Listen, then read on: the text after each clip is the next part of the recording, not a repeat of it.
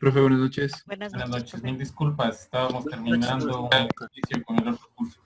Buenas noches. Buenas noches. Por favor, vamos a proceder a prender las cámaras, ¿sí? Y procederemos también a las personas voluntarios para revisar el deber, ¿sí? Proyectan y empezamos a revisar los deberes. O sea, como siempre solemos hacer, ¿sí? ¿Ya? Así que no creo que inconveniente. ¿Sí? ¿Alguna pregunta del deber? ¿Estuvo fácil, difícil? ¿O cómo le vieron?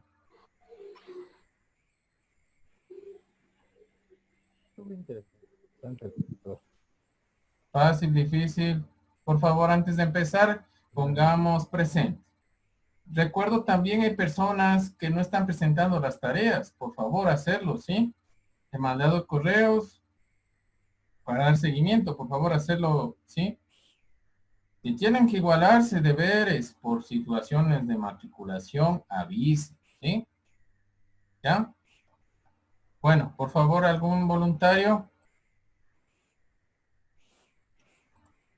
Ya, por favor, manden antes de eso presente, ¿sí?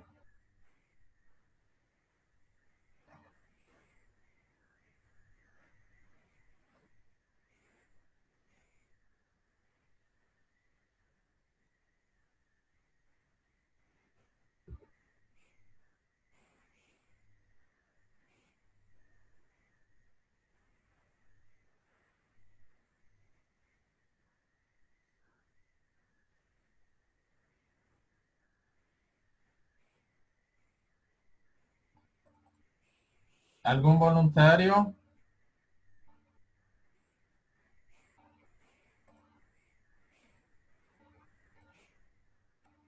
¿Algún voluntario, por favor?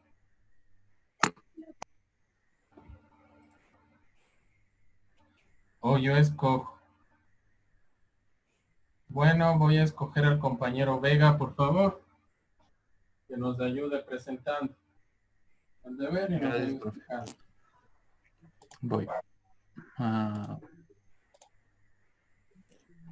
Ok, aquí está mi tarea. Era sobre riesgos de la información. Perdón. No, sí, ahorita le decía. Ya. No sé si se está viendo. Voy a cubrir el resto. Sure. Ya. Listo. Los contenidos son riesgos de la información, la fórmula, componentes, causas de los riesgos de la información, principios de la seguridad informática y cómo evitar los riesgos de la información. En la introducción, bueno, pues en lo que investigué, pues es a menudo expresar en términos de combinación las consecuencias del suceso de la seguridad de información o informática. También se puede definir el riesgo como probabilidad de sufrir daños, pérdidas de datos o de información confidencial dentro de alguna empresa. Ya, aquí hay una pequeña fórmula que, bueno, investigué y dice que existe la fórmula entre lo que es probabilidad o frecuencia por consecuencia o impacto. Esto causa el riesgo.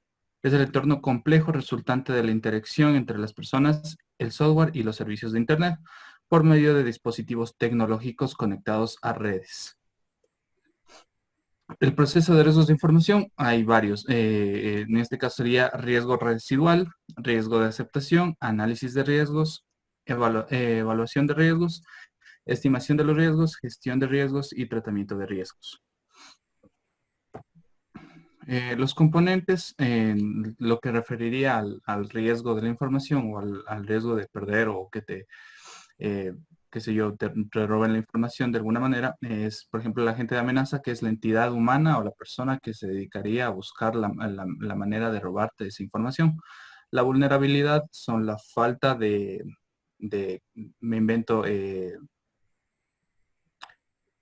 software de antivirus o tal vez algún cortafuegos dentro del computador de la persona a la que le intentan robar la información. Ya, las causas, por lo general, vienen de varias fuentes, ¿no? Entre los primeros tenemos correos maliciosos o no deseados, bien conocidos como spam, que por lo general llegan a los correos como, qué sé yo, el típico que te ganaste $1 millón y tienes que darle clic aquí para aceptar tu $1 millón. Por lo general, es el más conocido, creo yo. Hay varios, en realidad.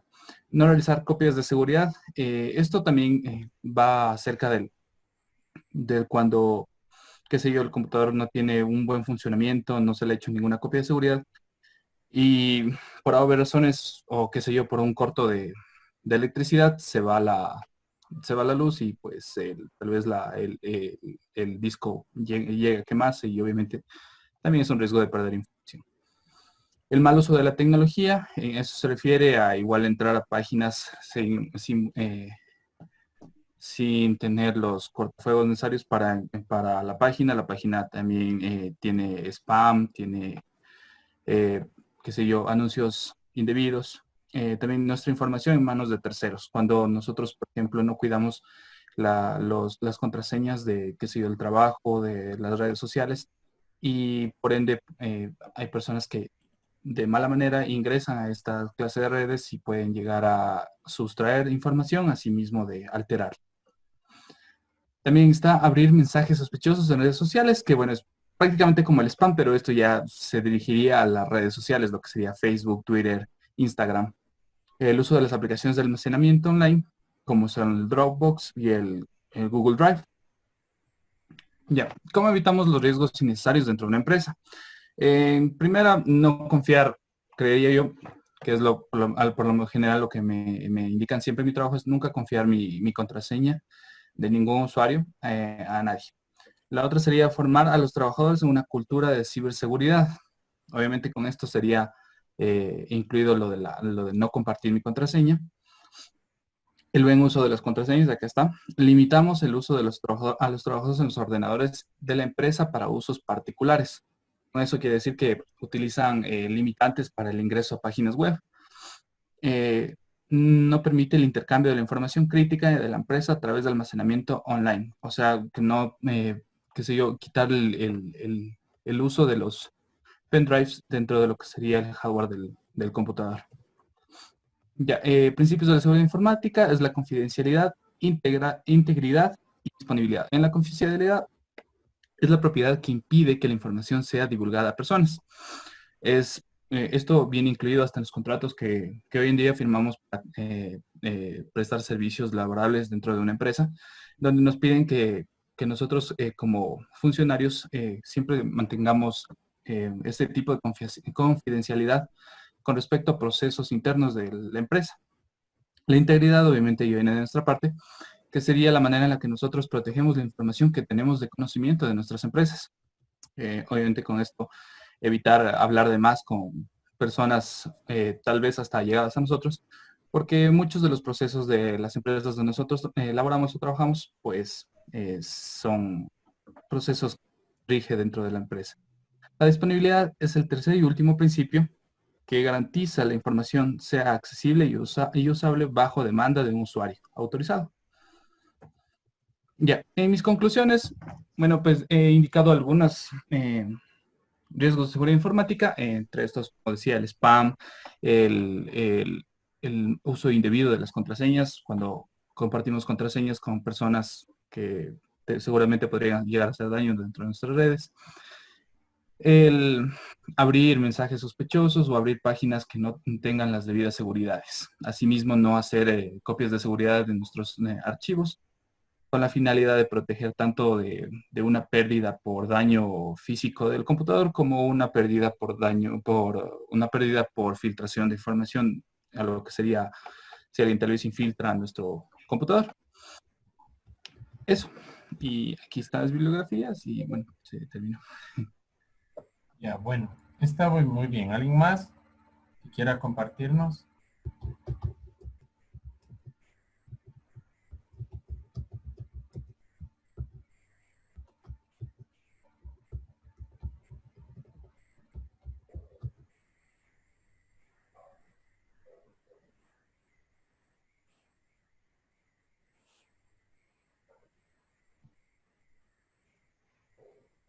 ¿Alguien más?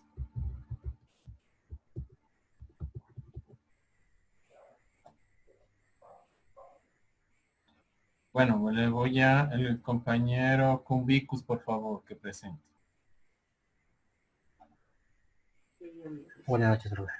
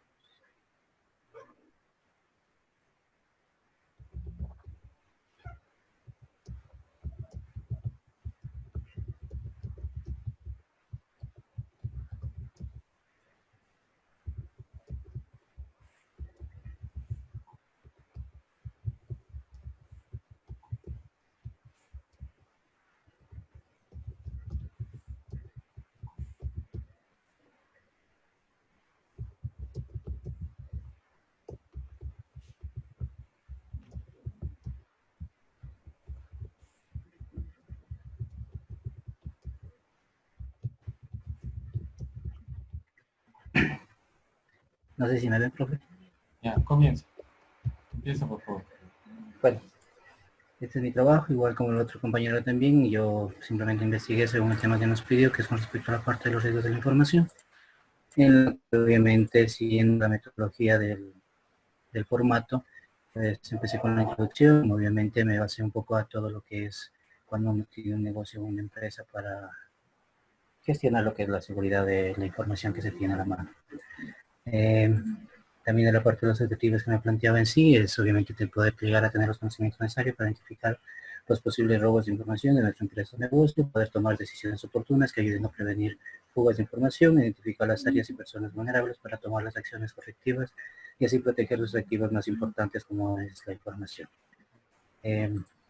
Dentro del desarrollo, obviamente, planteé varios puntos, como por ejemplo que a qué se define lo que es el riesgo, lo que es la información, la importancia que tiene la información, cómo prevenir los riesgos de pérdida de información, las amenazas que afectan y los principios de confidencialidad. Entonces ahí, por ejemplo, ya fui definiendo cada uno de los temas, en este caso lo que es el riesgo. Tengo una consulta, obviamente, que es la parte de sufrir daños o pérdidas, en pocas palabras. Lo que encontré en la parte de la investigación, entonces lo que uno tiene dentro de una empresa al momento de gestionar todo lo que es la información, la base de datos que se tiene a la mano. Ya. Igual lo que se debe obviamente tener en cuenta es que esto es algo muy importante para la empresa, dependiendo obviamente del tipo de información que se tenga y lo que se vaya a respaldar, buscar los medios necesarios para prevenir que se tenga alguna fuga o algún robo de la información que se tiene al resguardo de uno. También lo que es la parte de la importancia, obviamente me baso más que todo en la parte de la información, porque es lo que uno tiene que tener siempre respaldo, obviamente, para que pueda tener siempre a la mano y no tener este tipo de pérdidas. Entonces, más que todo me basé en la parte de una empresa, lo que debe tener en cuenta. Entonces, por ejemplo, está almacenada y procesada en computadores, puede ser confidencial para algunas personas, la escala de institucional puede ser mal utilizada o divulgada, puede estar sujeta a robos, sabotaje o fraudes. Entonces, por eso es que hay que tener muy en cuenta la parte de la seguridad. Dentro de la parte, obviamente, de cómo prevenir la pérdida, tenemos varios factores, solo me basé más que todo en algunos porque es un tema muy extenso. Entonces, por ejemplo, me basé en la parte de los trabajadores en sí, de formarlos, con respecto a la parte de tener en cuenta qué aspectos deben tener, de ingresar a páginas no autorizadas y de estar conectando flash memories y estar obviamente compartiendo información con extraños. Entonces, dentro de la parte de un administrador de sistemas está la parte de limitar el uso a cada uno de los trabajadores, obviamente, con la parte de las claves de seguridad, de los permisos que se debe tener o que debe tener cada usuario. Ahí me basé un poco también en la parte de las amenazas que afectan a la información, o sea, las causas, lo que puede hacer. En este caso, al momento de perder la información valiosa que tiene cualquier empresa o negocio. Pueden basarse en varios factores, como por ejemplo alteraciones eléctricas, Si uno no tiene previsto, por ejemplo, la conexión de un equipo de protección, pueden haber pérdidas ahí, del no tener bien resguardada la información en un lugar seguro, como por ejemplo una nube podría ser. Los virus, por ejemplo, también la parte humana que también involucra al momento de que hay un mal comando o algo. En los principios de confidencialidad, obviamente encontré que existen lo que es la confidencialidad, la integridad y la disponibilidad, así como indicaba el anterior compañero, es la parte, digamos, de la ética que tiene la persona al momento de ingresar a alguna empresa, la parte de la información que se le entrega a cada uno, lo que debe obviamente hacer con esa información y no estar divulgando a nadie. Dentro de las partes de la institución, yo lo que más retomé del tema que se investigó es que la información se debe respaldar en lugares seguros, revisar periódicamente los computadores del personal para prevenir cualquier amenaza o fuga de información, instalar programas que ayuden a mantener protegidos los computadores como antivirus, antimalware, etcétera, mantener protegidos los sistemas, cambiando periódicamente las contraseñas y los permisos, y que solo el personal encargado debe contar con los permisos de administrador. También puse unas recomendaciones, según más o menos lo que estaba leyendo, que realizar un plan de mantenimiento, revisar periódicamente los computadores y servidores, almacenar la información respaldada en la nube, implementar una política de uso del Internet para prevenir ataques, fugas o robos de información. Eso más que todo, y obviamente la bibliografía de las fuentes de las cuales saqué lo del tema que se mandó a investigar.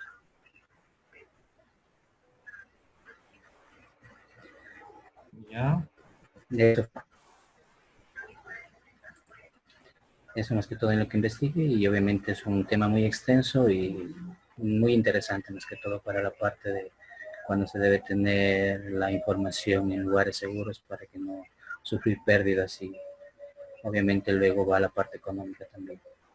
Bueno, acatando un poco lo que han dicho los ambos compañeros, actualmente vivimos en una época, en una era donde la información como tal es muy preciada, ¿sí? En sí debemos tener cuidado de muchas veces el mal uso que se hace de información. Yo he dicho mucho que debemos, dice, antes de seguir, dice, tuve un inconveniente con el internet. Sí, se está oyendo el internet.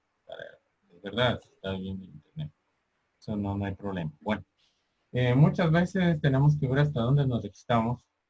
En redes sociales están haciendo, como se dice, flores con nuestras cosas.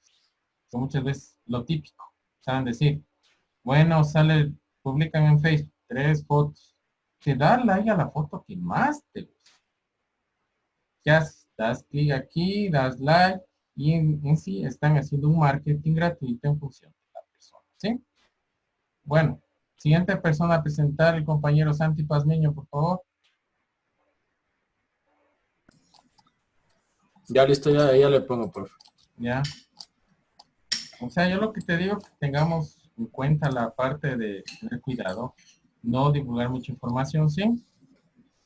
Ya, por favor, veamos cómo ha hecho el compañero, ¿sí? Sí, bueno, dentro del tema de los riesgos de la información tenemos, bueno, es un tema bastante extenso y bastante amplio, en donde, bueno, dentro de los contenidos que nosotros tenemos, por ejemplo, tenemos una introducción en donde decimos que las diferentes organizaciones cada vez son más conscientes en lo que significan los riesgos informáticos. Es decir, que obviamente hoy en día todas las empresas se están, y actualmente, ante el riesgo y esta pandemia, todas las organizaciones están utilizando el método, obviamente, de la computación y obviamente de la informática, en donde obviamente según se debe tener en cuenta que las diferentes políticas y normas y procedimientos deben obviamente llevarse de buen modo o buena manera para que no puedan ser atacados a través de vulneración de los mismos. Que sería dentro de los objetivos optimizar el conocimiento, infraestructura, las personas, procesos, aplicaciones, instalaciones, los datos y obviamente la información en los diferentes niveles de servicio. Asimismo, sería optimizar la operación empresarial para que se puedan minimizar los riesgos en las diferentes operaciones y obviamente atacar a que a que no puedan atacar, valga la redundancia, las vulnerabilidades. Y sería diferenciar las soluciones entre los productos y servicios, ya que uno ahora no sabe si es que dentro de los servicios que brindan los diferentes productos pueden estar malintencionados o enfocados a otras malinterpretaciones o malos procedimientos o procesos.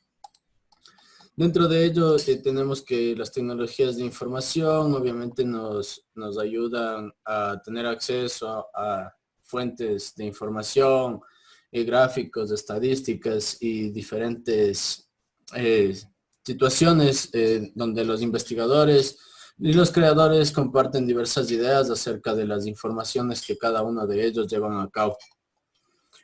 En donde nos toca o es responsabilidad de cada uno de los lectores y de las personas que buscan información buscar la veracidad de dichas fuentes, ya que si no buscamos la veracidad de dichas fuentes obviamente nos convertiríamos en personas tal vez errantes en algunas situaciones.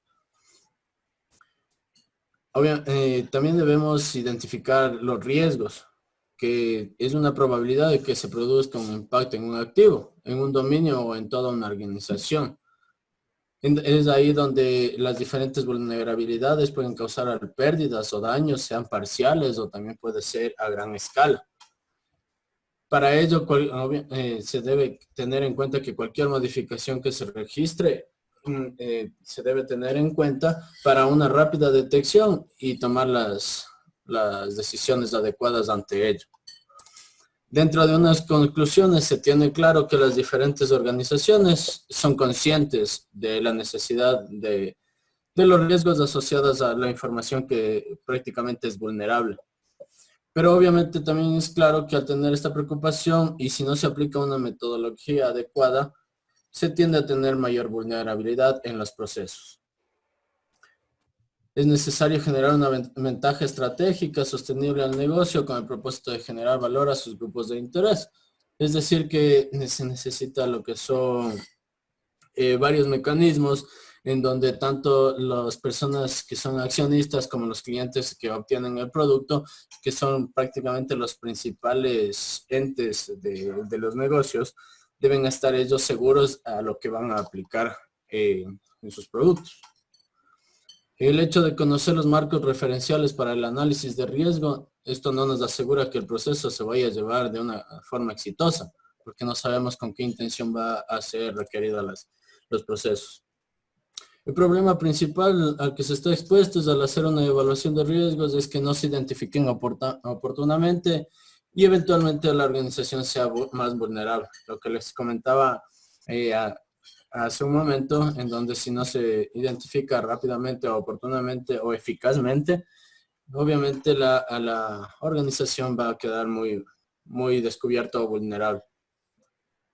Cabe destacar o mencionar que una efectiva evaluación de riesgos se debe aplicar de una manera periódica y parte del éxito de la misma radica en el dominio y habilidades del grupo de análisis. Dentro de unas recomendaciones que tal vez pude yo sacar a colación o reflexionar, se puede decir que una adecuada capacitación a los trabajadores nos puede ayudar a prevenir las brechas de seguridad para minimizar lo que son el riesgo y asegurar el máximo de la seguridad informática de cada una de las empresas. Se puede hacer respaldos físicos en la nube o en una combinación de ambos. Obviamente esto sería de acuerdo a cada empresa. Depende en la gran medida de las necesidades que requiera cada de ellos. Y sería mejor automatizada y tiene que ser periódica. Sería una manera efectiva de descifrar contraseñas de usuario, tal vez los datos personales y financieros, así como las llamadas también que se pueden realizar a través de una lista de contactos, el acceso a las páginas web y al correo electrónico. Esto también nos ocasiona a veces ocasiona a las empresas algunas infectaciones de virus o pueden infiltrarse algunas personas. Y que esto sería como una necesidad prácticamente de primer nivel. Por otra parte, también la red de las empresas en manos equivocadas puede ser maleficioso y para ello se podría empezar por cambiar tal vez la clave que viene por defecto en el router por una de alta seguridad, así como el nombre de la red. También tenemos que las financieras, por ende, por el flujo alto del dinero, siguen siendo las víctimas número uno de los virus informáticos, de los ataques cibernéticos, por su información financiera o por los datos confidenciales que ellos tienen. Por ello resulta vital que en esas computadoras cuenten con antivirus instalado. Es la bibliografía de donde saqué y como le mencionaba es uno de los temas bastante amplios en donde habría bastante tela para cortar y lo que extraje es un poquito lo principal. Ya. Bueno, vamos a seguir con esto. Sí, empecemos con la clase. ¿Qué dice? ¿Qué me está diciendo? ¿Puedo presentar? Creo que hice mal. Bueno, veamos. Compañero, ya, por favor, vamos a... Compañero que me dice Mantilla, por favor. No le vi, recién le vi ahorita.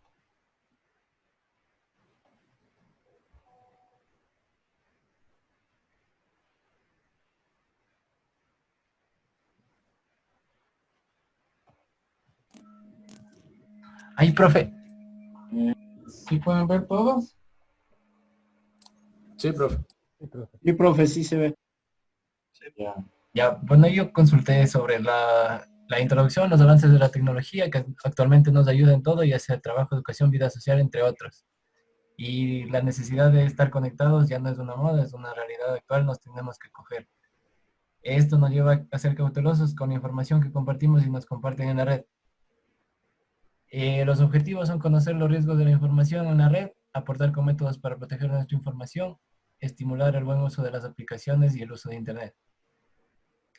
Y aquí dice riesgos de la información. El Internet nos facilita muchas actividades, pero también tiene muchos riesgos. Las nuevas tecnologías ya forman parte de nuestra vida cotidiana. Eso nos lleva a conocer y utilizar adecuadamente las TIC.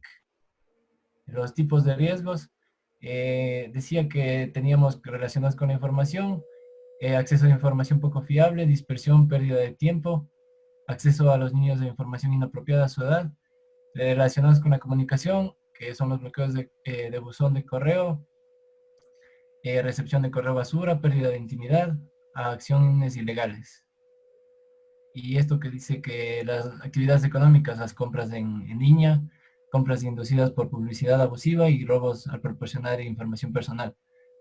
Las adicciones, adicción a buscar información, adicción a las redes sociales, juego compulsivo, compras compulsivas.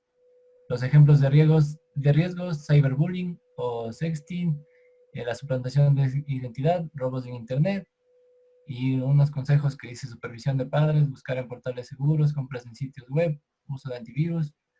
Y las conclusiones: es muy importante conocer sobre los riesgos de internet, ya que son parte de nuestro día a día. Como futuros profesionales debemos conocer los riesgos de internet para poder protegernos y compartir protección con familiares o extraños. En internet abunda información y debemos saber los riesgos que conlleva tener acceso a información. Además debemos aprender a discriminar qué lugar es seguro y cuál no lo es. Como padres debemos estar conscientes de los riesgos y peligros a los que estamos expuestos. Están expuestos nuestros hijos en la red. La ética es un factor importante para minimizar los riesgos. ¿Sí está bien, profe? Sí. Está bien. Ya, profe, gracias. Bueno, vamos a seguir, por favor.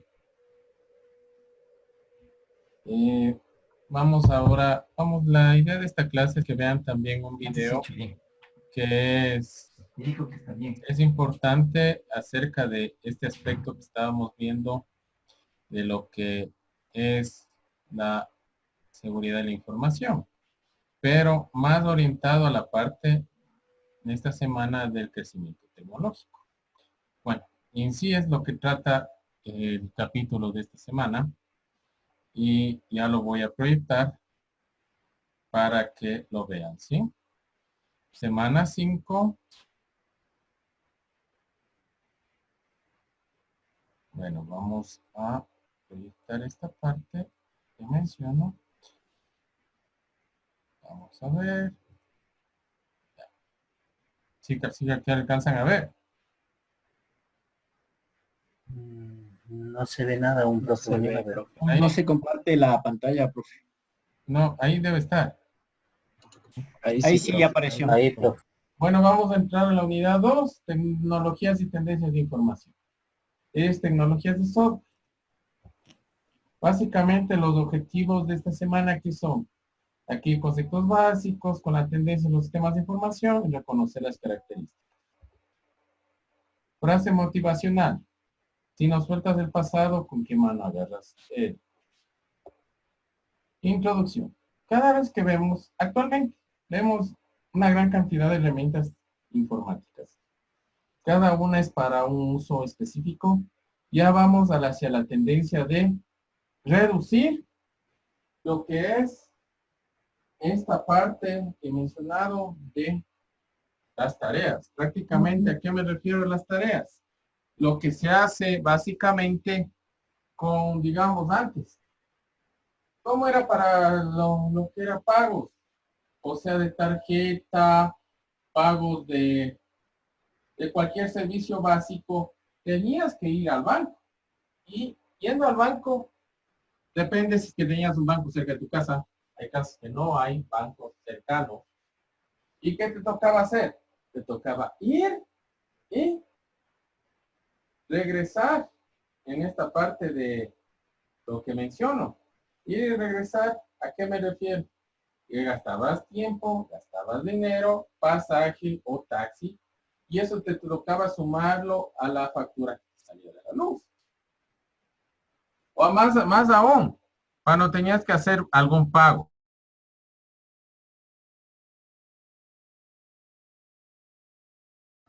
¿A qué me refiero?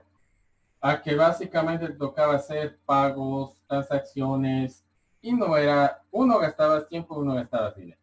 Actualmente esto se ha simplificado, casi todo se hace en línea, muy pocas cosas no se hacen en línea, cuando se instala, aunque aquí también viene el concepto de firma electrónica, y ya lo hay, y eso agilita mucho este proceso. Y también considera que un correo electrónico, la respuesta a través del correo electrónico es equivalente a una firma, ¿sí? Según la ley de comercio electrónico y transparencia de datos. Bueno, aquí también viene lo que se llama el edge computing, que es la tecnología en la nube, que permite acceder a todos los datos y archivos para usar determinados recursos informáticos, desde cualquier dispositivo, cualquier momento y lugar, a ser almacenados o alojados en Internet. ¿Qué más les puedo decir? Esta arquitectura es basada en cloud, la facilidad de acceso que supone y facilita la movilidad. ¿Sí? Es la idea, que todo consumamos servicios. Prácticamente ahora ya no es el objetivo de un servicio específico, una estructura específica o a la vez, como menciono, este aspecto de hacer lo que es flexibilidad de negocio. Ya no es como antes que tú necesitabas tener una computadora, ahora es consumir servicio. Una computadora o un dispositivo con capacidades específicas. ¿Qué más les puedo decir? El servicio que es el SaaS, que es una modalidad en sí de pago a través de un ERP. Ahora, la parte de pagos ahora se ha masificado porque eso ayuda al usuario a moverse, a evitar perder tiempo. Muchas veces hay servicios aquí sí te cobran comisión bancaria, pero en otros países no te cobran porque están fomentando el pago. Más aún, dan descuentos para las personas que compran en línea. ¿Sí? ¿Alguna pregunta? ¿No? Bueno, No, sí. profe. No, profe. ¿Qué más les puedo decir? Lo que es el aprendizaje automático actualmente. Es a través de la predicción de datos. En sí, ¿dónde se ve esto del aprendizaje automático? Se ve lo que es Facebook. ¿Por qué? Porque muchas veces tú agregas a ciertas personas, tienes un conjunto de amistades en común. ¿Y qué se da? ¿Qué se da en esto? Que tú tienes gente que tiene intereses similares a los tuyos, te aparecen en sugerencias. ¿Ya? ¿Qué más te puedo decir en YouTube? Si tú escuchas algún género musical, ya te llega música de sugerencias similar a la que escuchaste. O también, en lo que es búsqueda de Google, muchas veces se preguntan, ¿cómo fue que me llegó este correo? Este correo de publicidad. ¿Qué fue lo que buscaste en Google o en algún buscador? Y gracias al Big Data, de estos patrones de comportamiento, están llegando el futuro en lo que es desarrollo a encasillar la actitud de una persona a través de lo que publica o a través de lo que ve en Internet. ¿Qué más les puedo decir? El Business Intelligence es otra. En este caso, el business es controlar los datos, el comportamiento y ayudarlo en sí, orientarlo a lo que es el proceso de negocio. Es decir, el marketing digital, lo que se está haciendo ahora, con lo que dicen los cookies que aparecen. No, el cookie desea registrar en esta página. En sí son desde el marketing, para que sepan qué existe o qué elemento usaste en la página. La seguridad, la ciberseguridad. Si el software crece, por lo tanto la tecnología crece, la ciberseguridad va a crecer. ¿Por qué? Porque va a haber más delitos informáticos, va a haber más, tenemos que crear barreras más robustas en esta parte. Conocimiento.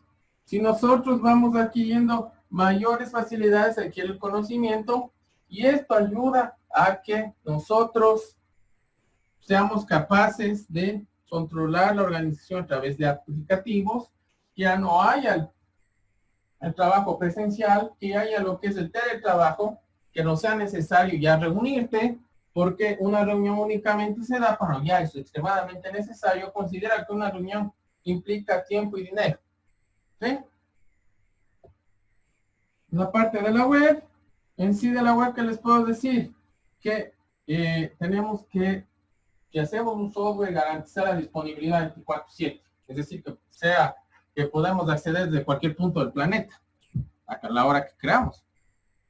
¿Qué les digo? Lo que es el BPM, esto del BPM es del Business Process Management, todo orientar a lo que es procesos, administración y desarrollo. Eso nos ayuda a ser más organizados. La parte móvil, casi todo ya está acoplado a móviles. Prácticamente solo en Latinoamérica ha habido un poco de rezago. ¿Por qué? Porque el hecho de tener un dispositivo móvil lleva inversión en el dinero y también en lo que es Internet, que serían los datos. Tecnologías. ¿Qué les puedo decir de la tecnología? La realidad aumentada prácticamente ahora se está usando para la educación. Realidad virtual para sentir. O sea, si yo quiero usar un par de zapatos, quiero usar un terno, ver cómo me veo a nivel de realidad virtual, lo que yo les decía, el pago ágil, el reconocimiento facial que se está dando ahorita hasta para, en función de nuestras emociones, ver qué producto queremos, también para lo que es seguridad bancaria. Bueno, hay ejemplo, una tienda que usa esto de realidad aumentada es la tienda Lush, que tiene sucursales en Europa y en Estados Unidos. ¿Qué hace? Que tú veas primero lo que es, ¿cierto? Es el uso de lo que sería, tú no veas, o sea, si ves las envolturas que se ve ahí a través de realidad aumentada, le veas cómo es de jabón, cómo es digamos, de perfume, ¿sí? A través de realidad, sin abrir el producto. Mira. En lo que es realidad virtual, ¿cómo me quedarán unos zapatos? ¿Cómo me sentiré usando un par de zapatos? Ese es otro. Esta empresa Merrell está usando estos elementos. También en pagos, ahora ya prácticamente todo se va a centralizar en 3 aplicaciones a nivel mundial, lo que es Pay en Apple, Pay en Samsung y Pay en lo que es en Google, donde tú ya tienes ya precargada tu tarjeta de crédito, no tienes que andar a llevar. Y hay una validación previa que se hizo durante, o sea, antes de usar la aplicación. El reconocimiento facial. ¿Para qué? Para pagos. Hay aplicaciones que te hacen un reconocimiento facial para ver si es la persona la que. Y aquí se usa mucho la geometría del rostro, lo que ven ahí. ¿Qué más les puedo decir? La personalización de ofertas en función de del rostro, es decir, las emociones. Se está trabajando actualmente en inteligencia artificial con 125 emociones básicas y aspectos básicos que se encontraron en el rostro humano. ¿Alguna pregunta hasta ahí? Preguntas. No, no, pero ¿Sí conocían esto que se indicó ahorita en la clase? Sí, en parte. En realidad ahora todo está automatizado prácticamente. Ahorita hay una gran diferencia hace, digamos, 10 años con lo que actualmente se maneja. Esa es la idea. Sí.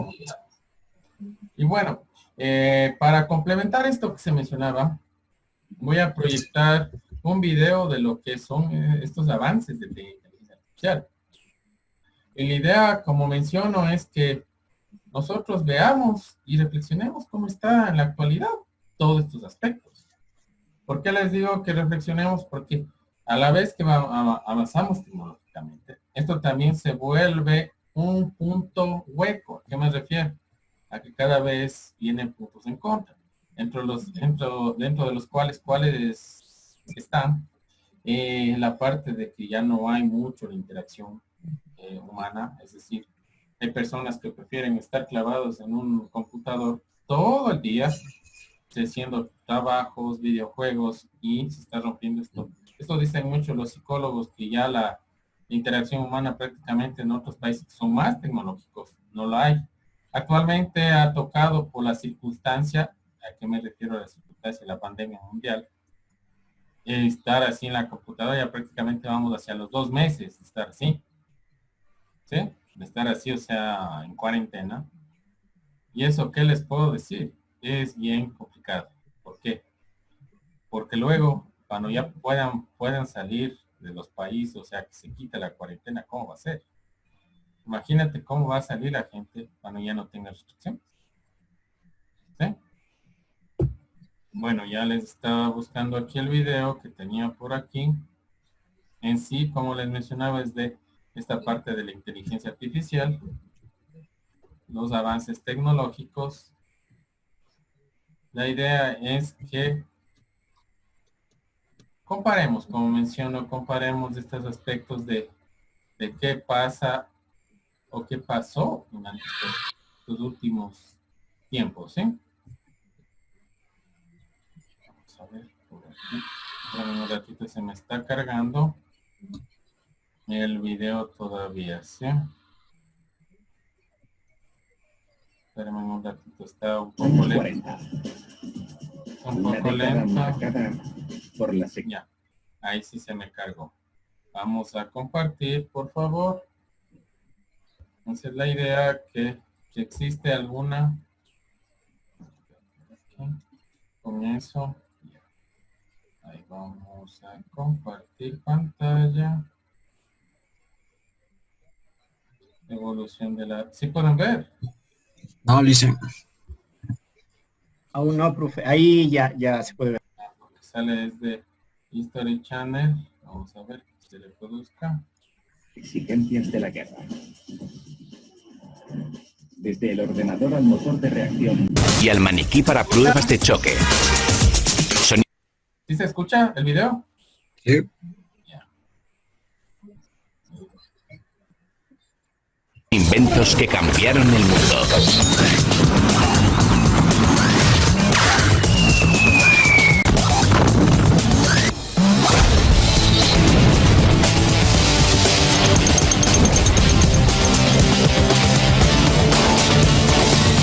Inventos que cambiaron el mundo. Década de 1940. Fue el sonido que revolucionó los viajes.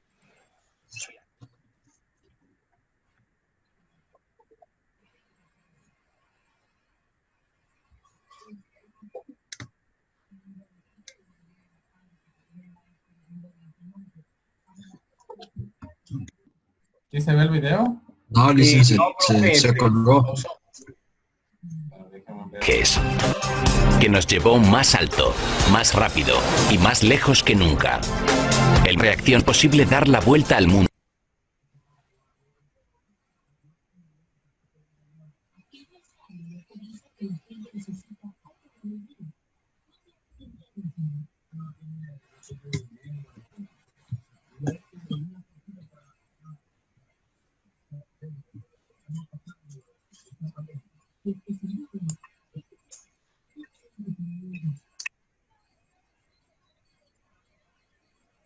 Espérenme un ratito, por favor.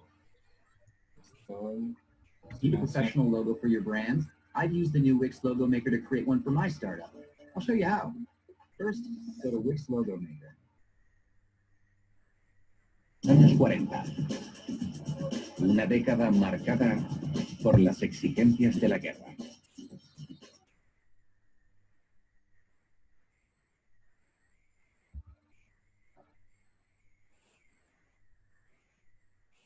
Ya, ahí sí.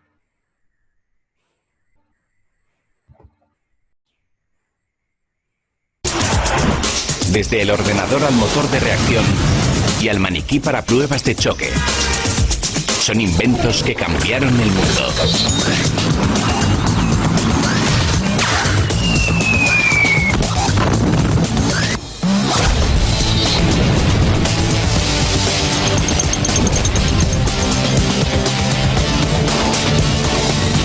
Inventos que cambiaron el mundo. Década de 1940. Fue el ¿Sí se ve? Sí, profe, sí se ve. Sí. sonido que revolucionó los viajes, que nos llevó más alto, más rápido y más lejos que nunca. El motor a reacción hizo posible dar la vuelta al mundo en un solo día. Y todo sucedió porque un niño pequeño tuvo un sueño muy grande.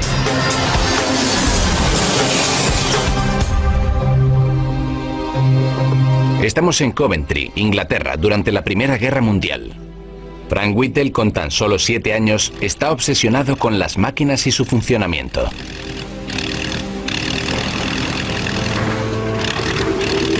Entonces ve algo con lo que su brillante mente se obsesionaría el resto de su vida. Un avión se estrella en su propio jardín. Desde entonces toda su vida gira en torno a esa obsesión. Sueña con unirse a las fuerzas aéreas y se presenta en cuanto alcanza la edad necesaria. Era muy bajito, medía alrededor de 1,5 metros y estaba bastante delgado. Así que lo intentó un par de veces, pero lo rechazaron. Pero Frank Whittle es cabezota y persistente. Y finalmente, las fuerzas aéreas lo admiten. Resultó ser un piloto con mucho talento, pero también un piloto que se arriesgaba demasiado y hacía todas las cosas que no se debían hacer. Whittle corre muchos riesgos y hace cientos de horas de vuelo a velocidades muy altas, forzando el avión y la hélice al máximo.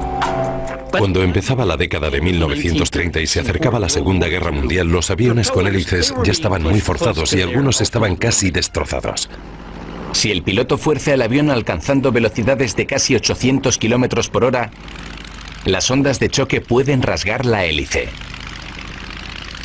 Whittle se dio cuenta de que había llegado el momento de hacer un cambio radical. Hacía falta un motor completamente nuevo. El cerebro de Whittle va a toda velocidad.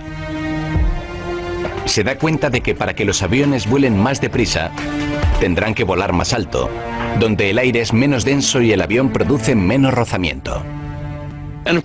Y claro, al volar a esa altura, los motores no recibían suficiente oxígeno y a mayor altitud. Las hélices disponían de menos aire que rasgar para producir el avance. Whittle llega a la conclusión de que hay que suprimir la hélice. Necesitan un nuevo sistema de propulsión. Tuvo la oportunidad de encontrarse con uno de los mejores científicos aeronáuticos de Gran Bretaña, Alan Arnold Griffiths. Para conseguir que la idea sea algo más que un boceto, Whittle necesita que Griffiths y el resto del gobierno británico le apoyen. Estos son los planos para un nuevo tipo de sistema de propulsión con el que volaremos 5 veces más rápido. Un sistema de propulsión que él llama motor a reacción. El motor consiste en un ventilador para aspirar el aire de la parte delantera, que luego comprime el aire en una cámara de combustión, lo rocía con combustible y le prende fuego. Whittle cree que los gases de esa combustión propulsarán el avión hacia adelante a velocidades de hasta 960 km por hora. Se aspira el aire de la parte delantera y los gases calientes salen hacia atrás. Es así de sencillo. El joven inventor está seguro de que su idea está lista para despegar.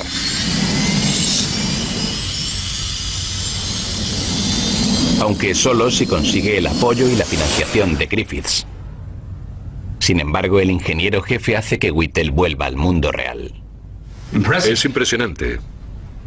Nunca funcionará. Griffiths opina que no existe un metal lo suficientemente fuerte para resistir el intenso calor generado en las cámaras de combustión. El motor se derretiría. Así que lo que quería decir era, puede que en el futuro, pero no ahora.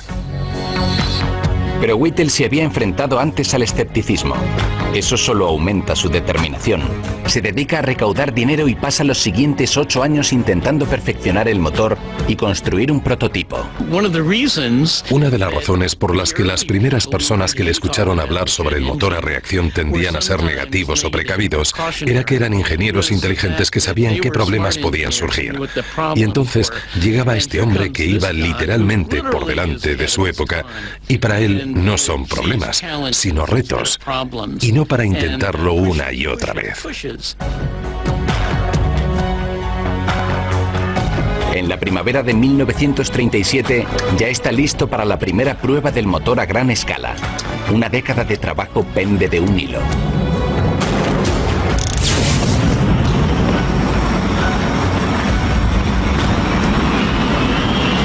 El motor se revoluciona demasiado. Hay demasiado carburante en la cámara de combustión. Con mucho esfuerzo, Whittle consigue apagarlo y evitar un desastre.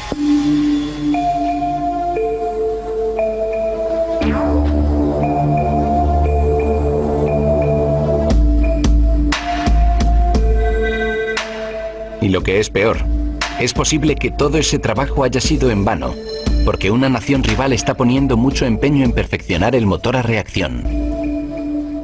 En Alemania el gobierno lleva ya un tiempo sumamente interesado en los aviones. Solo les interesa lo más vanguardista y están dispuestos a invertir en investigación. Hitler convierte el motor a propulsión en una prioridad militar de alto rango. Los alemanes instalan su propio prototipo de este motor en un avión de combate, el Heinkel KE-178. Y el 27 de agosto de 1939 lo prueban. El motor se paró, un vuelo de tan solo 6 minutos, eso fue todo. Los alemanes se ven obligados a aterrizar, porque tampoco han encontrado un metal lo suficientemente sólido como para soportar el calor de un motor a reacción. Pero el motor a reacción de los alemanes no es lo único que se está calentando. Al mes siguiente, Hitler invade Polonia y pone a Europa en guerra. Entonces el gobierno británico se da cuenta de que esto es algo en lo que vale la pena invertir y de que es muy importante decidir bien dónde y cómo invertir el dinero. Por fin, Frank Whittle puede disponer del dinero que necesita desde hace una década. Está a cargo de un equipo con los mejores ingenieros de Gran Bretaña y los fabricantes de metal quieren inventar un material que pueda soportar temperaturas muy altas. Whittle solía ver esos problemas como retos que él podía superar, pero estos ingenieros más experimentados no estaban tan seguros como Frank Whittle. Esa era una de sus mayores. Desde IMC queremos darte las gracias. Gracias. Gracias porque a pesar de todo mantienes viva tu curiosidad. Porque estás aprovechando este momento para crear, para aprender Y para crecer. porque continúas formándote sin perder las ganas. Gracias por seguir creyendo en tus sueños. porque son ellos los que definirán el futuro.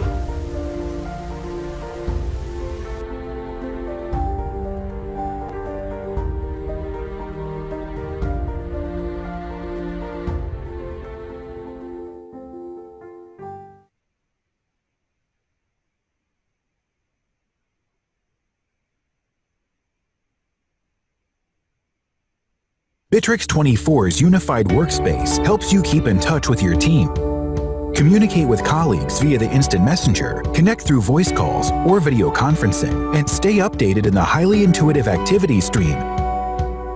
Bittrex 24 keeps tasks and projects transparent and under control. Private and group calendars will keep you on track and allow scheduling online meetings with ease. With Bittrex 24's contact center, you can provide exceptional customer service via social networks, emails, website widgets, and telephony. The Bittrex 24 mobile app allows you and your team to work and stay connected at any time. Stay safe.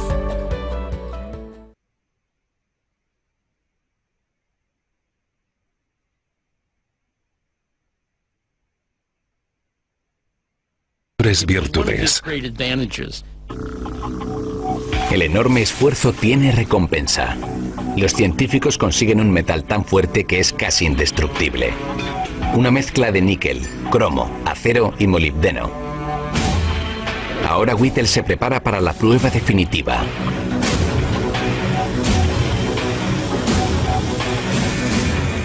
El 11 de abril de 1941, podemos ver a Frank Whittle en la cabina de un avión de guerra británico, el pionero de Gloucester haciendo una prueba de suelo preliminar.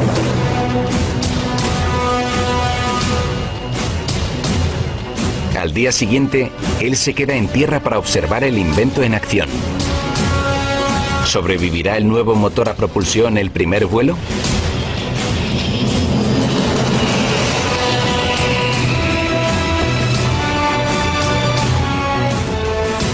...17 minutos más tarde, aterriza triunfalmente. El motor de Whittle ha superado con creces a la competencia, sin signos de sobrecalentamiento. La invención del motor a reacción es el gran punto de inflexión en el centro de la historia de la aviación. Y es un cambio radical en la historia del vuelo. Tuvo un impacto real en el mundo en la forma en que todos vivimos nuestras vidas, ya que la era del avión a propulsión revolucionó el transporte aéreo para todo el mundo. Ahora casi todos podemos permitirnos el lujo de viajar a ver a la abuela, de ir al otro lado del mundo a pasar las vacaciones o hacer lo que queramos. Frank Whittle se ha enfrentado a obstáculos extraordinarios para llegar a este día. Pero hay una cosa en la que nunca dudó: la ciencia que alimentó su idea. Después de aterrizar, una de las personas que estaba allí le dijo a Whittle: «Bien, Frank, ha volado». Y la respuesta de Whittle fue: «Pues claro, lo hemos fabricado para eso». Otros inventos de la década. En 1942, el superglue. Un inesperado momento de inspiración de un químico que quería inventar un plástico transparente. En 1943, el buceo. Gracias a un combatiente de la resistencia francesa que desafió las profundidades para localizar las minas alemanas. También en 1943, el muelle, inventado por un ingeniero que vio como un resorte caía de un estante y se movía como un gusano.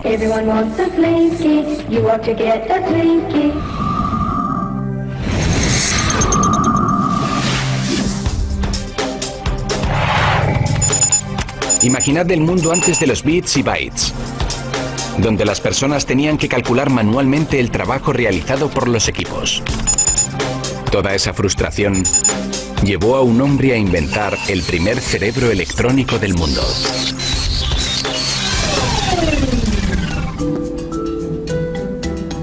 Se trata de Konrad Zuse, un fanático de las ciencias e inventor del futuro.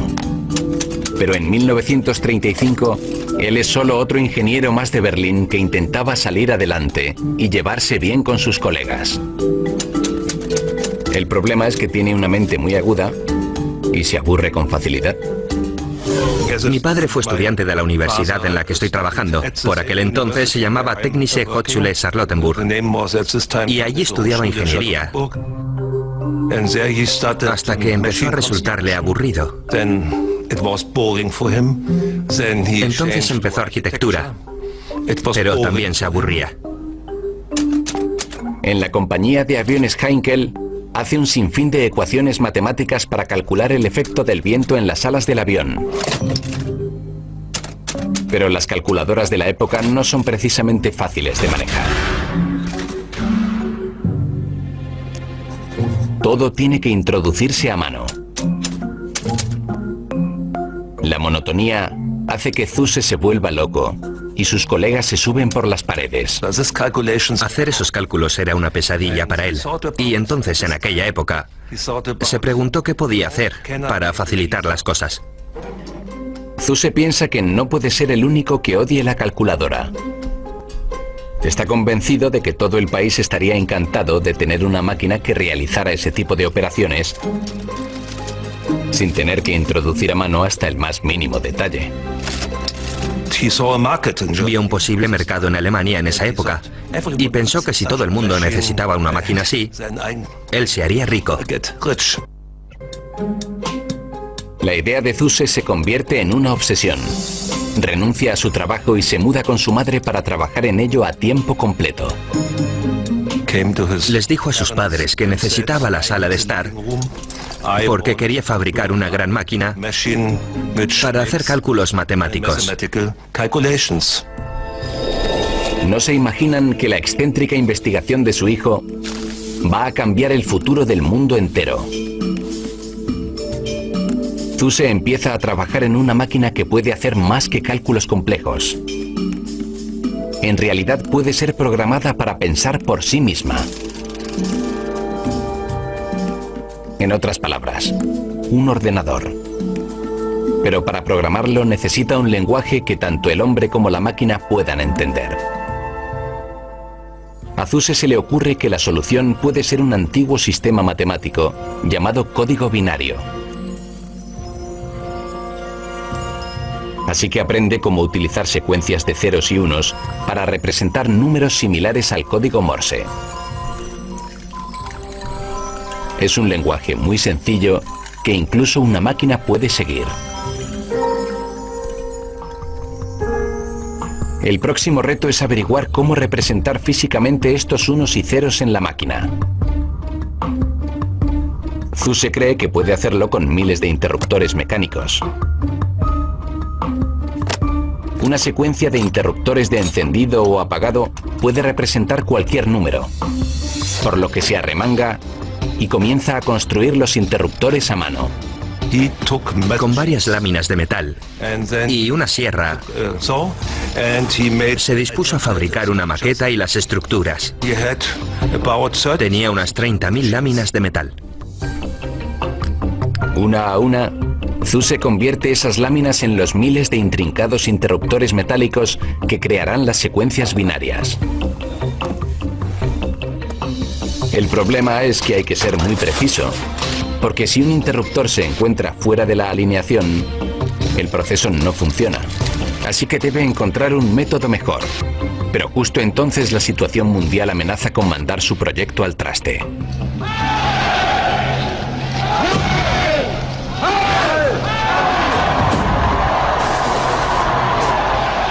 Estamos en 1939 y reclutan a Konrad Zuse para combatir en las filas de Hitler.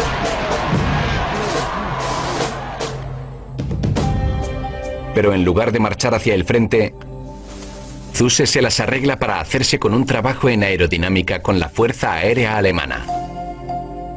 Intenta convencerlos para que compren su idea de la computadora, pero no la encuentran útil. Por lo tanto, Zuse continúa trabajando en la idea después del trabajo, de noche. Finalmente encuentra una solución brillante para sustituir los complicados interruptores mecánicos. Reutiliza los relés electromecánicos de los teléfonos viejos para sustituir los interruptores. Los relés se convierten en los interruptores que crearán sus secuencias binarias. Es un paso muy importante para el proyecto de Zuse. Ya no hay piezas inestables, solo el zumbido de la electricidad. En diciembre de 1941, el ordenador está terminado. Hay 6 años de trabajo y 2.500 relés a la espera de ser puestos en marcha. Ha llegado el momento. Zuse introduce en la computadora un problema matemático complejo.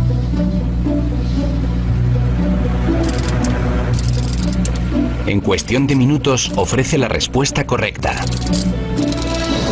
Lo ha logrado. Konrad Zuse ha fabricado la primera computadora electrónica completamente programable. Él tenía visión. Fabricó un nuevo tipo de máquinas calculadoras o computadoras. Era un genio, sin lugar a dudas. Pero hay una guerra en marcha y el mundo tiene los ojos puestos en otra parte. No hubo publicidad. No causó sensación porque no hubo ninguna noticia en ningún periódico. Después de la guerra, Zuse funda una de las primeras empresas de ordenadores del mundo. Hoy en día, el diseño basado en el código binario de Konrad Zuse es el estándar universal para todos los ordenadores del mundo. Más inventos de la década. En 1946, el Airfibian. Una brillante manera de evitar los atascos de la hora punta. Pero el coche con alas es tan caro que las cifras de ventas no alzaron el vuelo. Las hélices se desmontan en 30 segundos, la cola y las alas tardan un poco más. En 1948 aparecen las tiras de velcro, gracias a un ingeniero suizo que una vez se enganchó con unos cardos y se dio cuenta de que sus pequeños ganchos tenían un agarre increíble. En 1945, la bomba atómica hace estallar los límites de la guerra.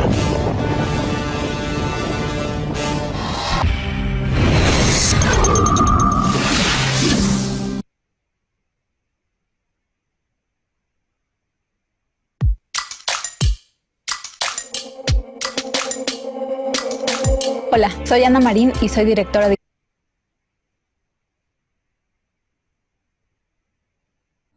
Bueno, ¿algún comentario? No, profe, muy interesante el video. ¿Alguien que me pueda ayudar haciendo un resumen?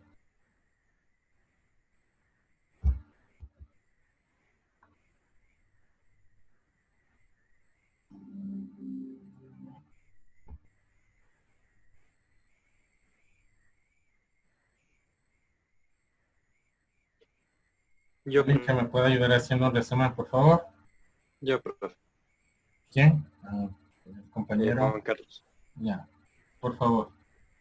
A ver, en teoría lo que se vio hasta ahorita en el video fue que de pequeñas ideas se lograron grandes cambios en el mundo. Por ejemplo, con lo del piloto que por su obstinación desarrolló y mejoró un componente esencial que es para la aviación.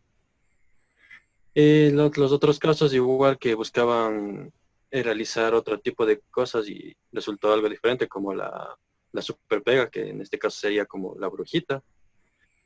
También lo que es el velcro y la última parte que vimos de las computadoras, que eso, por ejemplo, lo que él hizo fue ya la base universal para lo que tenemos en la actualidad. Eso, profe. Ya. Bueno, ¿alguien más?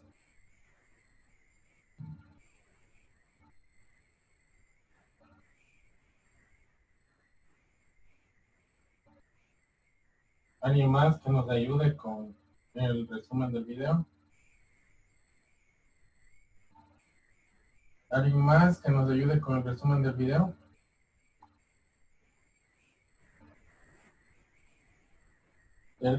¿Perdón? ¿Quién? Compañero, vamos a dar al compañero Cabezas que nos ayude con el resumen del video. Ya, profe. Bueno, contando un poco como dijo mi compañero, fueron ideas que cambiaron la actualidad.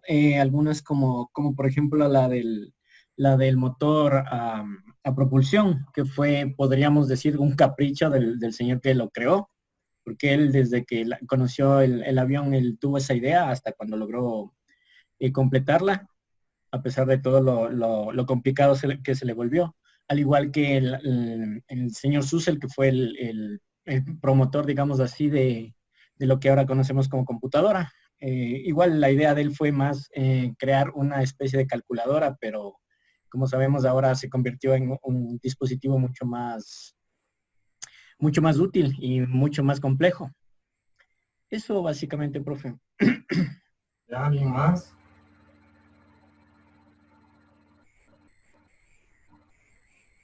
Compañero Mantilla.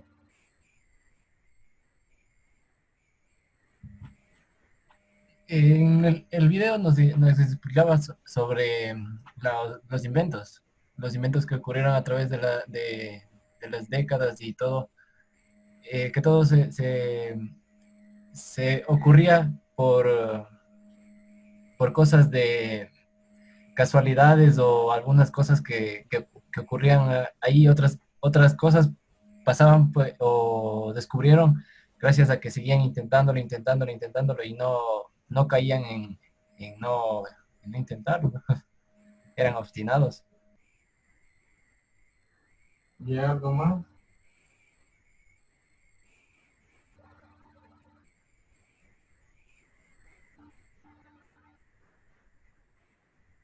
Bueno, compañero Araujo, por favor.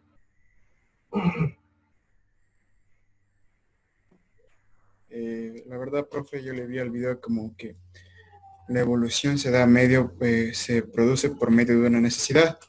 Al señor que creó el propulsor del avión no le hicieron caso al inicio porque no era una necesidad mejorar un instrumento de vuelo que les permita volar en ese momento. Vieron la necesidad cuando vieron que entraron en guerra por Alemania, quien comenzó a invadir y tomaron iniciativas en el proyecto. Igual pasó lo mismo con el señor que inventó la primera computadora, el primer dispositivo como calculadora, y luego fue creando ordenadores. Fue que la primera necesidad que estaba cansado de hacer cálculos él mismo manualmente y quería que un dispositivo inteligente le ayude a hacer sus cálculos, ya que estaba haciendo un trabajo muy monótono. Lograría decir eso. Ya. ¿Alguien más? Compañero Merino. Buenas noches, profesor. Lo que yo pude entender del video fue la evolución que tuvo la tecnología. Entonces, pudimos ver cómo estas personas, por buscar una necesidad, trataron de crear sus propios instrumentos, en este caso como el señor de la computadora, que logró crear un instrumento que le ayude a facilitar cómo resolver una ecuación en un menor porcentaje. Eso. Ya. ¿Alguien más? El compañero Santi Pazmiña. Sí, profe. Bueno, lo que a mí me gustó bastante, a mí me han gustado igualmente los aviones. Y me gustó a mí la obstinación que tuvo el niño desde que el avión se estrelló en su jardín. Entonces, podemos darnos cuenta cómo fue lo que a él le impactó tanto, que a él le llevó a que ya de grande pueda enrolarse a la Fuerza Armada, a la Fuerza Aérea, después de algunos intentos. Después de ello, crear lo que es el motor más rápido, más eficaz, a raíz de la Segunda Guerra Mundial, apoyado de lo que es el régimen nazi y todo ello. Y obviamente da a entender el impulso que tuvo y obviamente cómo fue evolucionando la tecnología para poder hacer los grandes cambios que ha tenido la humanidad. Eso básicamente, profe. Ya. Bueno, vamos a ver otro video. Es acerca de la evolución de los celulares. ¿Sí? En sí, ¿por qué vemos esto? Porque en sí, para que tengan una idea de cómo ha ido la tecnología cambiando.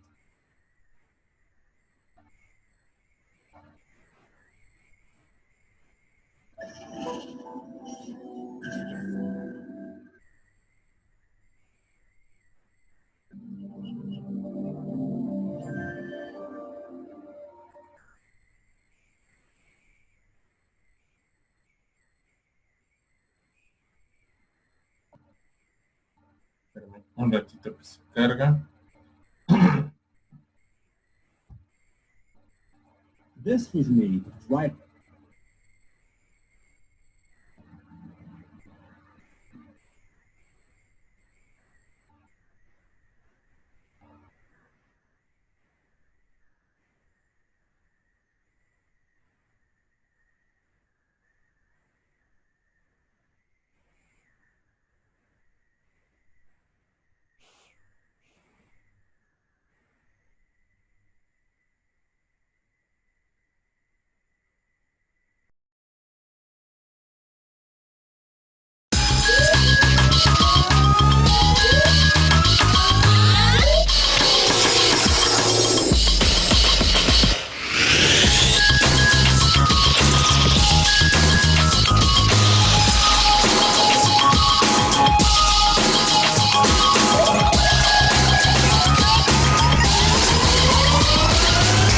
Innovaciones tecnológicas.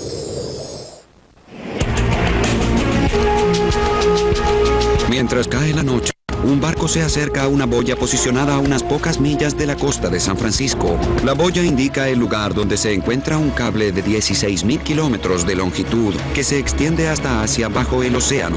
Está siendo embarcado para una delicada misión.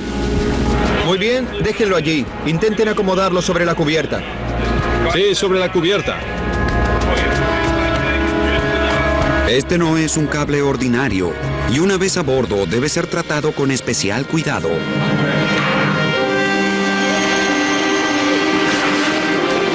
Durante varias horas quitan capa tras capa de goma y acero para revelar un núcleo extraordinario. El núcleo que no está hecho de metal, sino de docenas de fibras de vidrio tan finas como un cabello. Este vidrio, el más puro jamás creado, revolucionó al mundo. Ahora resta el paso crítico. El vidrio del cable de Asia debe ser unido al que proviene de Estados Unidos.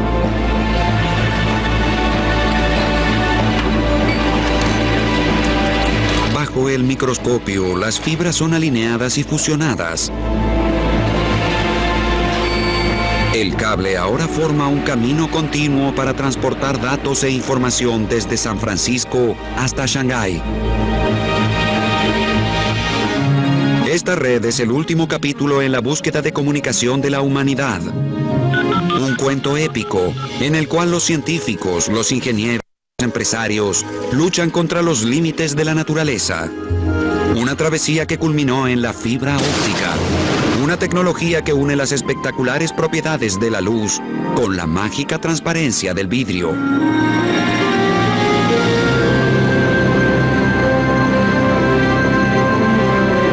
A la velocidad de la luz.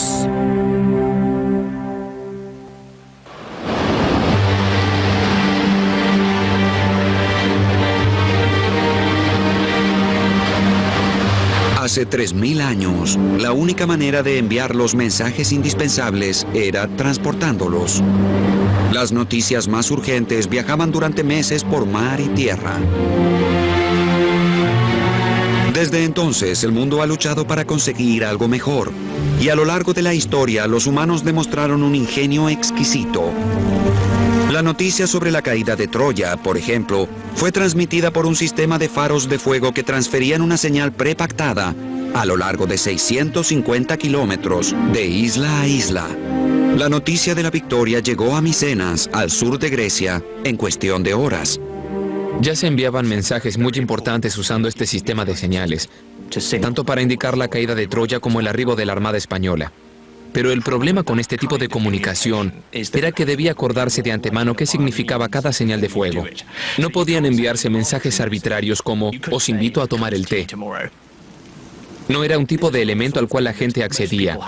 Era algo reservado para la clase dirigente, la monarquía, la milicia.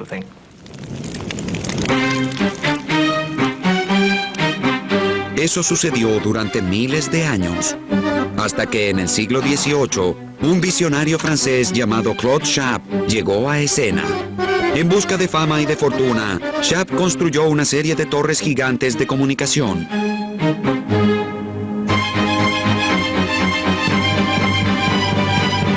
Con la financiación del gobierno francés, Chappe alzó cientos de torres como esta. Cada una ostentaba unos brazos enormes que podían ser vistos con un telescopio desde la torre adyacente.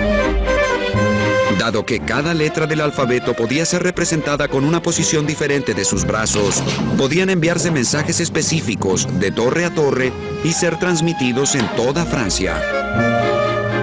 Era posible transmitir mensajes de un extremo de Francia al otro en cuestión de minutos a cientos de kilómetros por hora. Mucho más veloz que un caballo. Y esto era algo que hasta ese momento fue completamente imposible. Napoleón fue un fanático del sistema telegráfico de Chappe y lo extendió por toda Francia hasta llegar a España. Incluso lo primero que hizo Napoleón cuando llegó al poder fue enviar un mensaje que decía, «Yo estoy a cargo ahora». Pero el sistema de Chappe sufrió varios inconvenientes. Uno de los problemas de la transmisión torre a torre era qué sucedía cuando llovía o nublado o con neblina y no podían verse las señales. Y no es una buena idea confiar porque puede estar nublado o nevar o presentarse un huracán o tener vientos fuertes. Eso no lo hacía un sistema confiable. Pese a todas esas desventajas, la red de Sharp abrió una puerta a la nueva comunicación humana. Pero a Sharp no le iría tan bien. Sharp se volvió un poco extraño hacia el fin de su vida. Se volvió paranoico y vivía preocupado porque creía que la gente le robaba sus ideas y porque a él no le dieron el crédito que merecía. Finalmente se quitó la vida arrojándose a un pozo. Poco después, el trabajo de su vida fue eclipsado por una mejor tecnología en comunicaciones, el telégrafo. Este trabajaba día y noche, con sol o con lluvia, al utilizar el código Morse, combinaciones de puntos y guiones para representar las letras del alfabeto. El telégrafo cautivó al mundo de los negocios.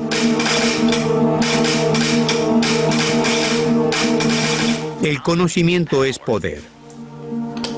Y si uno obtiene información antes, se encuentra un paso adelante. Por lo tanto, obtener la información rápidamente de la ciudad o del país o del mundo se volvió un bien invalorable para la gente del mundo de los negocios. Hacia la mitad del siglo XIX, la gente que podía afrontar los gastos del envío de telegramas podía comunicarse a la velocidad de la luz y a largas distancias, pero solo por tierra. El océano aún representaba una barrera monumental. Los mensajes transatlánticos tomaban semanas en llegar vía barco. En algunas ocasiones, estas demoras tenían consecuencias fatales. En 1815, las fuerzas británicas y las norteamericanas se encontraron en una lucha sangrienta que duró días y dejó miles de muertos. Pero trágicamente, la guerra había finalizado varias semanas antes. El tratado de paz ya fue firmado. Del otro lado del mundo, las noticias no llegaron a los soldados. Es decir, fue una batalla que provocó miles de muertes innecesarias.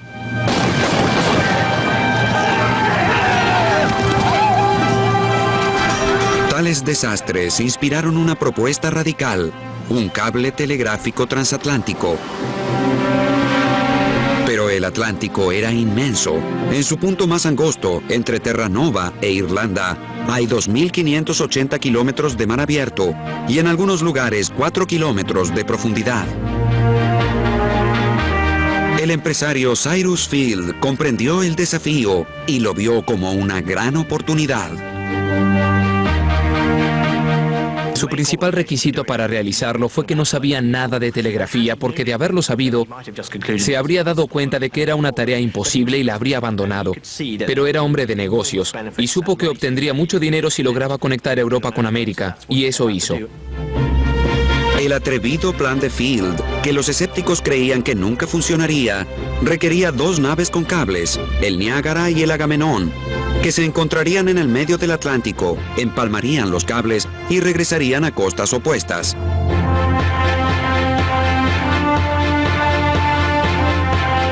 Contra todos los pronósticos, la empresa fue un éxito. La reina Victoria y el presidente Buchanan intercambiaron mensajes de salutación. La reina tiene el gran placer de comunicarse con el señor presidente y de poder renovar su deseo de prosperidad para Estados Unidos. Pero pocas semanas después, el cable se cortó y se volvió una línea muerta. Entonces surgió la alternativa. O bien lo reparaban o se rendían e intentaban pasar otro cable una vez más. En la primera fase, donde el cable estaba solo 3 kilómetros bajo el océano, no pudo lograrse. Hubo que cablear todo de nuevo, puesto que el original no pudo recogerse. El hecho de que lo intentaran una y otra vez demuestra cuán importante sentían que era acceder a una comunicación transatlántica. Impertérrito por los reveses sufridos, Field regresó a la mesa de dibujo y ordenó el cable rediseñado. Esta vez fue manufacturado como una sola pieza gigante de 4.400 kilómetros de extensión. Luego fue embarcado en el Great Eastern, el único barco de la época lo suficientemente grande como para transportar 5.000 toneladas de cable de cobre.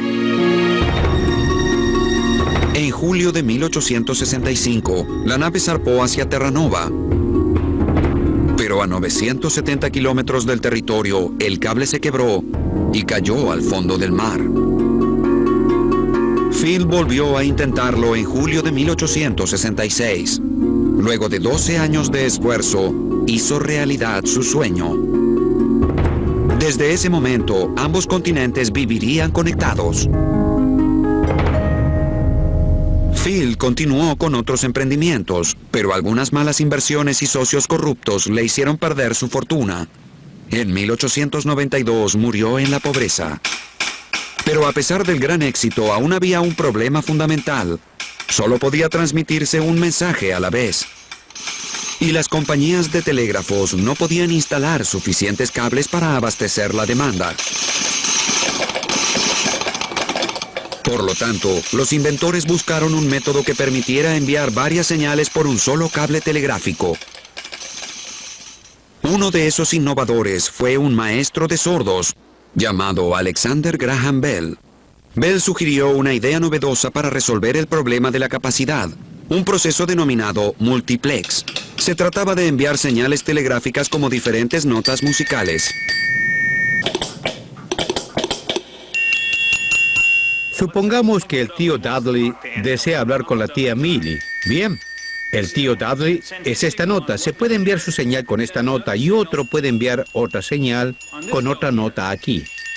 Luego podemos codificarlas juntas y lograr un multiplex de ambas notas. Bell rápidamente comprendió que este truco de combinar mensajes en un mismo cable implicaría mucho más que eso. Implicaría algo que iría más allá de una simple mejora del sistema telegráfico. Él descubrió, casi por accidente, al afinar su aparato telegráfico de multiplex, que la voz también viajaba a través del cable. Y siendo la persona que era, criado en una familia donde su padre y él enseñaban a hablar a los sordos, Bell estaba muy compenetrado con la idea del habla. Otros inventores también descubrieron que era posible transmitir una voz a través de un cable, pero tan solo lo consideraron un entretenimiento. Bell se comprometió a experimentar más y ver si lograba algo que realmente funcionara. Y él los aventajó y llegó a la oficina de patentes horas antes de que lo hicieran sus competidores. Bell se llevó el crédito de inventar el teléfono. Créase o no, en las primeras épocas de las telecomunicaciones, mucha gente estaba convencida de que no se pondría de moda. El telégrafo hacía casi todo lo que necesitaban.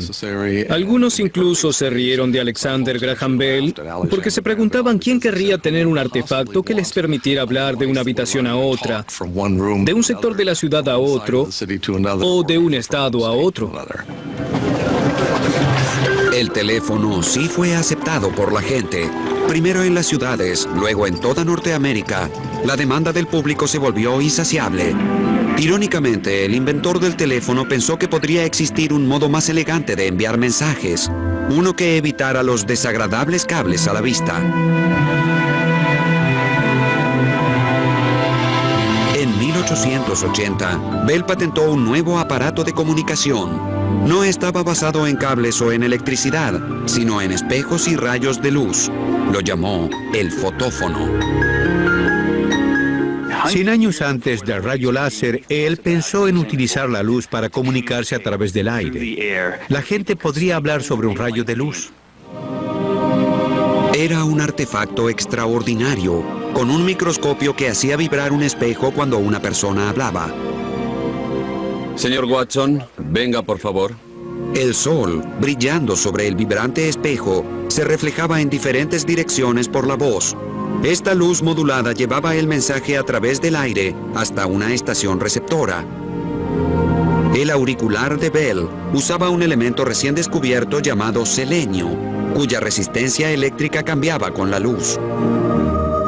El selenio transformaba la luz parpadeante en electricidad, que llegaba a un pequeño parlante. Señor Watson, venga por favor. Bell estaba experimentando nada más y nada menos que con comunicaciones inalámbricas. El fotófono era inalámbrico. Bell estaba muy emocionado y escribió en una carta: escuché a un rayo de sol reír, toser y cantar. Bell estaba muy feliz. A pesar del entusiasmo de Bell, su fotófono, que claramente necesitaba de una línea de visión ininterrumpida, fue un fracaso debido a lo poco práctico. Pero el concepto de Bell de hablar con rayos de luz era una brillante idea, una idea adelantada un siglo a su época. Antes de que la luz pudiera ser utilizada para las comunicaciones, los científicos necesitaban poder guiarla, del mismo modo en que canalizaban la electricidad a través de los cables. Incluso en los tiempos de Bell, algunos físicos tenían una idea de cómo podría hacerse, aunque ellos estaban más interesados en su valor como entretenimiento. El fenómeno fue llamado reflexión interna total y se utilizaba para asombrar a los espectadores al mostrarles cómo un rayo de luz enfocado a un chorro de agua viajaba con la curva mientras el agua caía. Hay hechos científicos muy interesantes detrás de esta magia óptica. La luz viaja más lenta en el agua que en el aire. Por consiguiente, cuando alcanza el límite del agua contra el aire, la luz toma velocidad y dobla. A un cierto ángulo, el rayo de luz se tuerce tanto que se refleja otra vez en el agua. Es una demostración muy bonita, la luz chocando contra los límites del agua, por la cual viaja lentamente, y el aire por el cual viaja más rápidamente, y dobla tan ferozmente que se refleja perfectamente fuera de la superficie. Y por lo tanto, cada vez que la luz intenta escapar de la vertiente de agua, de esta columna de agua que cae, se refleja y sigue al agua durante toda su trayectoria hasta el fondo. Un siglo después, la reflexión interna total permitiría comunicaciones globales ilimitadas. Pero en los tiempos de Bell, solo se utilizaba para hacer trucos de salón para conferencias sobre ciencia y para iluminar fuentes.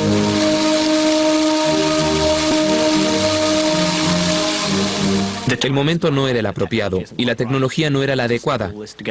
Tampoco existía la necesidad.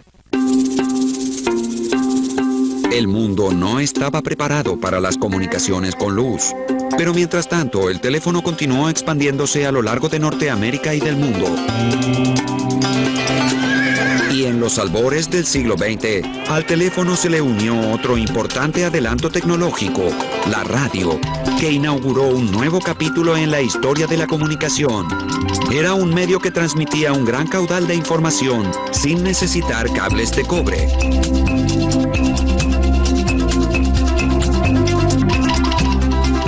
Parte de la belleza de la radio es que puede transferirse información de un lugar a otro sin que haya cables entre ellos. Se transmite vía aérea. La onda de radio es tan solo un tono electromagnético puro y no hay información en él. La información llega dependiendo de si uno acciona el tono o no.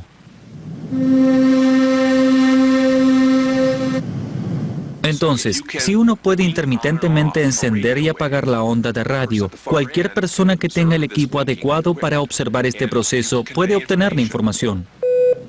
Como la señal telegráfica que envía mensajes con puntos y guiones, el parpadeo de la onda de radio codifica información al encenderse y apagarse. Cuanto más rápida es la frecuencia de encendido y apagado, mayor es la información codificada.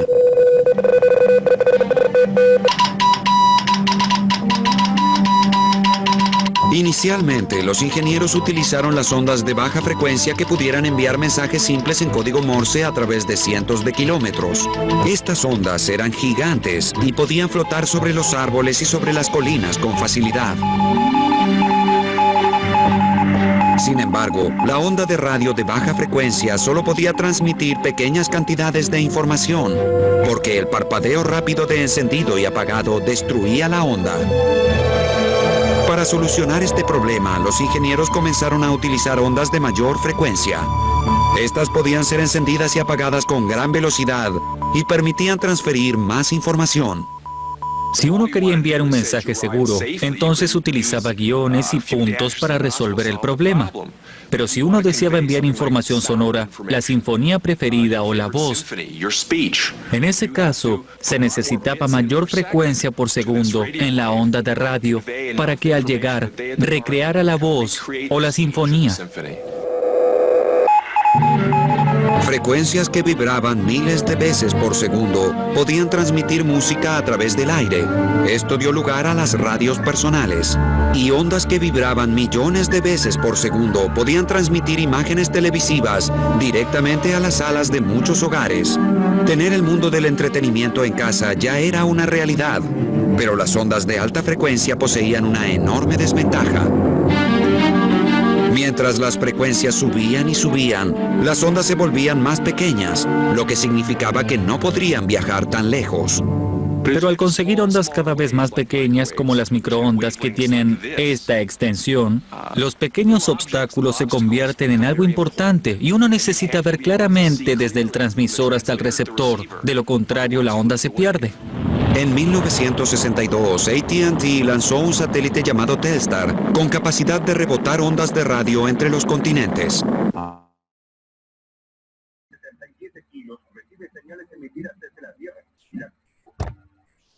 Bueno.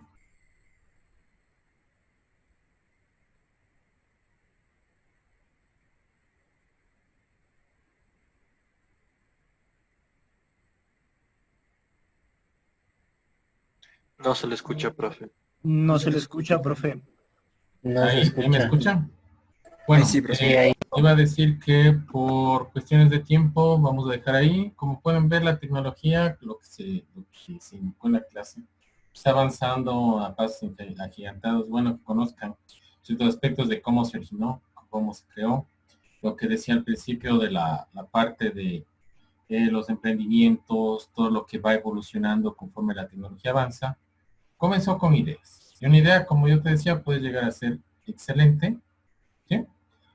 Uno siempre tiene que ser perseverante en las cosas, ¿sí? Bueno, voy a tomar lista y hacer la validación de lo que veo. Están todos de lo que yo veo, ¿sí? ¿Qué les puedo decir? Bueno, por aquí veo que están todos. ¿Qué más? El deber. Con respecto al deber, también voy a indicar el deber para la próxima semana. Por favor, no se olviden de hacer los deberes, ¿sí? Bueno, el deber es acerca del Internet de las cosas, ¿sí? Ya vamos que se cargue el SIGE. Vamos aquí.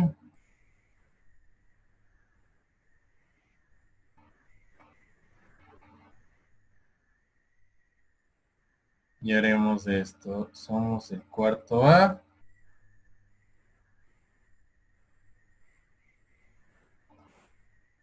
Semana 5.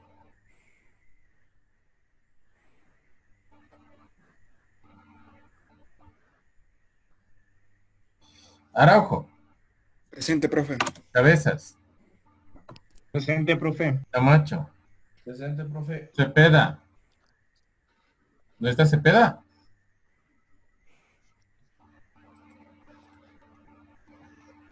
Bueno, no está Cepeda, por favor. Ya no Cepeda. ¿Qué? ¿Perdón? No le veo. se matriculó el Cepeda. No, está en el SIGE, consta en el SIGE. Cumbicus. Presente. Espinales. ¿No está? Está en el chat, profe. Ya. Vamos a ver. El jurado. Presente, profe. Mantilla. Presente, profe. Merino. Presente, profe. Moyocano. Profe, le puse en el chat, me llamó y me dijo que se le desconectó y no puede volver a ingresar. Ya, no, sí le vi que estaba, la compañera estaba con problemas de internet porque se le veía que estaba cada vez que se desconectaba. Morocho. Presente, profe.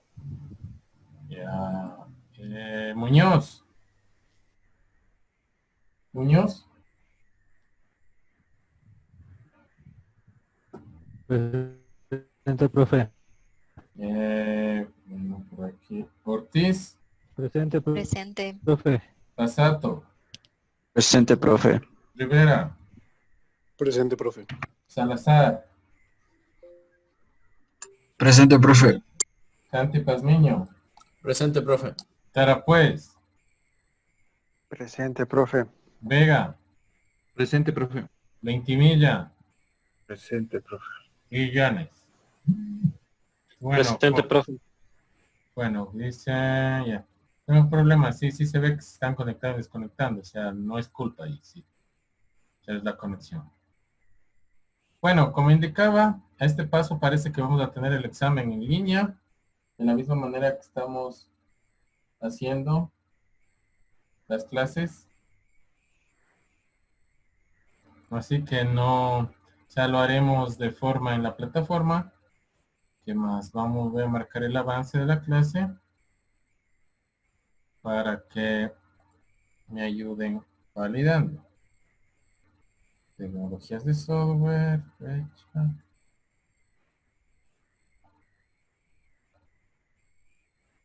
Bueno, estamos hasta ahí. ¿Qué les puedo decir? Que les vaya bien la semana. Que cualquier duda de los deberes me le hagan llegar. Y estamos en contacto. Me despido. Una buena noche. Sí, profe, de igual manera, gracias.